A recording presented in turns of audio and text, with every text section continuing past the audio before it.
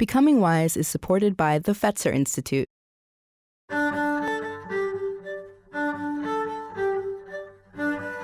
had hundreds of big conversations, and my conversation partners share wisdom I carry with me wherever I go.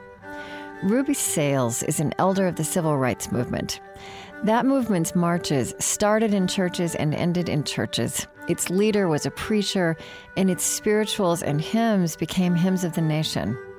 Ruby opens up what it was to be a teenage participant in that work of social shift, including the impatience she had with religion, and how she circled back through her experiences of the movement and of life to a sense of the deep reason for inner life and religious groundings. This is Becoming Wise. I'm Krista Tippett.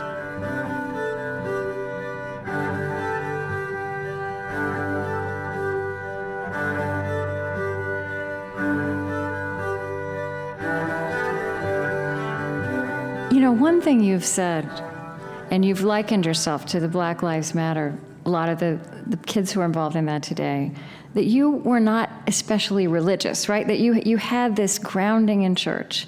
But you said that you used to complain, a lot of you used to complain when there had to be these obligatory prayers before everything started. It was downright embarrassing.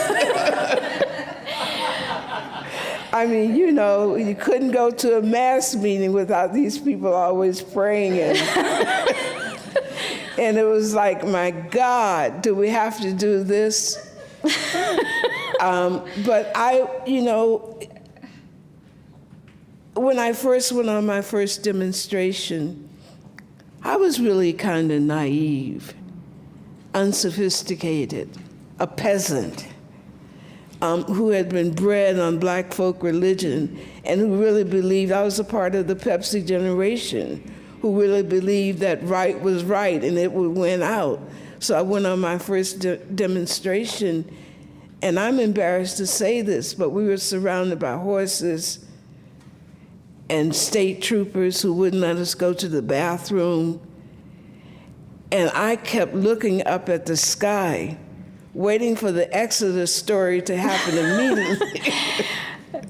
And it didn't happen. Well, so I expected God to appear, some chariot to open up in the sky, because I couldn't imagine that we were so right and God would be so wrong.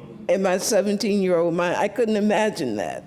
I mean, my 16-year-old mind. And so I lost religion that day. And I slowly became a Marxist. I became a materialist. If it wasn't economics, if it wasn't race, then it didn't exist. And I thought black folks were religious fanatics, you know. Well, so tell us, how did you eventually circle back to the place, or circle to the place, maybe it's not back, where you went to divinity school, where you started to be a public theologian? And what did that mean? How did that... I think the paradox is that even when we think we left home, we never really go anywhere. And so I think that although I thought that I was not religious, the truth of the matter is I was, and I went to church all the time, and that was the Sweet Honey concert. And Bernice Johnson Reagan kept us in church. And all of the songs that she sang and all of the music and the God talk that she would do from the stage, she became the preacher for a generation of African-American young people. She herself was the daughter of a preacher who thought that we had left the church, but black folk religion was so deeply ingrained in us that we never really left it. So I carried with me the songs, I carried with me the testimonies, I carried with me the whole notion of right relations. That was a cornerstone of how I imagined justice. Even when you didn't feel religious. Right, yeah. I really never left, but a defining moment for me happened when I was getting my locks washed, and my locker's daughter came in one morning, and she had been hustling all night. And she had sores on her body. And she was just in a state, drugs, So something said to me, ask her, where does it hurt? And I said, Shelley, where does it hurt? And just that simple question unleashed territory in her that she had never shared with her mother. And she talked about having been incested.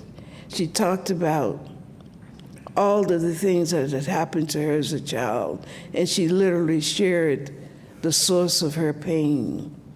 And I realized in that moment, listening to her and talking with her, that I needed a larger way to do this work rather than a Marxist materialist analysis of the human condition.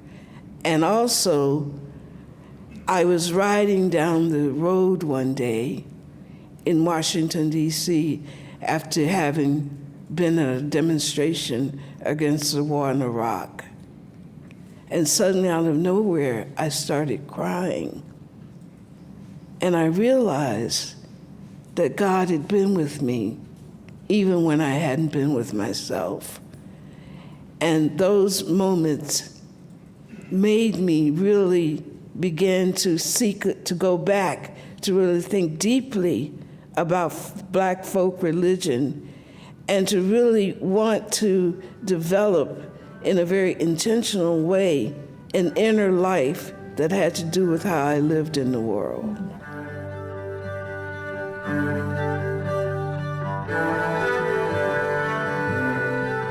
I have hung on to that question, where does it hurt, as a spiritual and practical tool so resonant in this era of tumult and social shift. Ruby Sales is founder and director of the Spirit House Project in Atlanta.